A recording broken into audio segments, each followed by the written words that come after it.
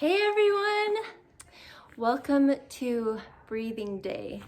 Last week we talked about the importance of breathing and how it turns on your parasympathetic nervous system and improves your mood and improves your immune system and your digestion and so many wonderful things.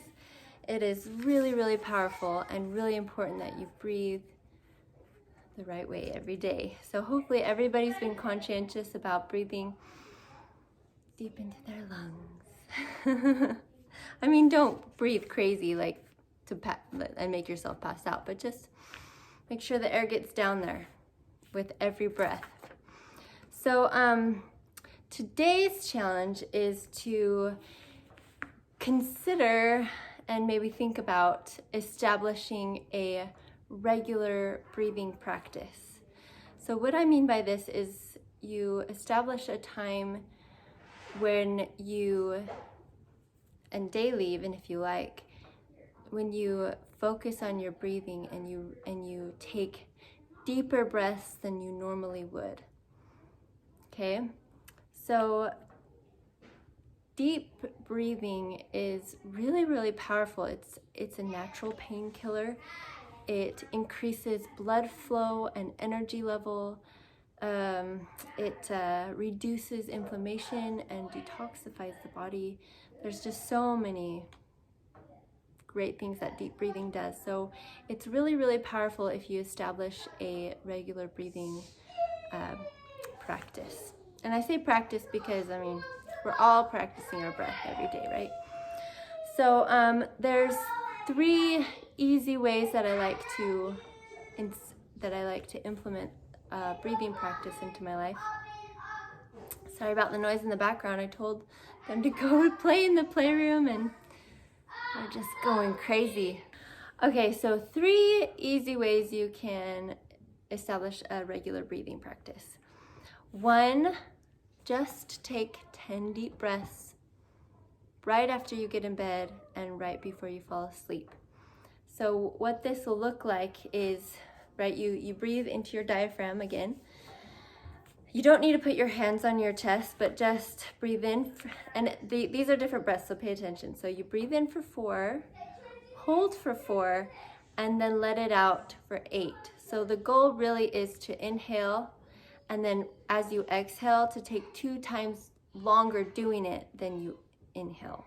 That makes sense. So we inhale for 4, exhale for 8, because that 8 seconds is 2 times than 4. So let's do it together. Let's inhale, hold for 4, and exhale.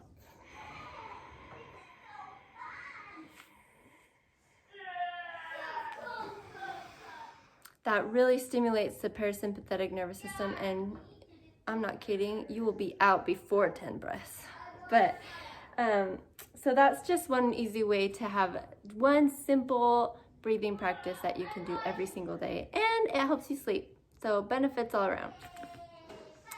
The next breathing practice that I like to do that I found helpful, I don't do it as often, but I just set a timer. Start out with like 1 minute, but I like to do around 5 minutes, and you just kind of increase. So start with 1 minute and just breathe deeply and just focus on your breath. Just nice and slow, deep breaths, just getting it in to your deep lungs. Okay, so do that for a minute. I like to do it right when I wake up. Usually I'm really, really tired when I wake up. And I have to actually sit up and do it or else I'll fall right back asleep, right? Because it turns on your parasympathetic nervous system. But what I found is it's very, it clears my mind really nicely and just puts me in a great mood for the day. So do that for 1 to 5 minutes, work up to 5 minutes, and first thing in the morning after your alarm goes off, shut it off, sit up in bed, and breathe. The last breathing practice that is my all-time favorite, I found so many benefits with it, and I just love it, is, it's a little more involved, but yoga. So yoga is interesting because you get into different postures, and you, as you're moving, you focus on your breath and you're deep breathing, and you're doing this like I forget what they call it, but you're breathing out and you're making this kind of like Darth Vader sound, and it's really healing. And they found that when you get into different postures to breathe, you use different muscles, get air into places that maybe they wouldn't normally get. So that's super beneficial. And also, when you're doing yoga and you're holding a pose and you're focusing on your breath, you can't really think of much else. So it's really good for calming and clearing your mind. And also, did you know that we hold our emotions in our muscles? So anytime we stretch, we're releasing emotions. So I found that yoga is actually very cathartic for me. So I release a whole bunch and I just feel so much better. They actually did a study on women who had depression, severe depression, and they had them do yoga 2 times a week for 90 minutes each time. And after this study, the women reported that their level of well-being went up 65%. That's huge. So yoga is really powerful, and I just really recommend that. And also there's this benefit, it counts for your exercise if it's not too gentle of yoga, but so yeah, it counts for exercise. So you get your exercise and your breathing and mindfulness and meditation all at the same time. It's amazing.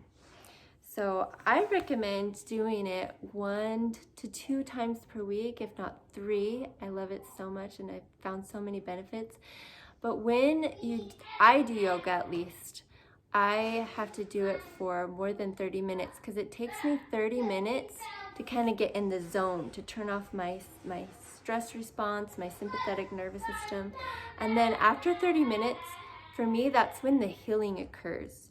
That's when I'm releasing. That's when I'm just able to really focus and calm my mind and reap all the benefits.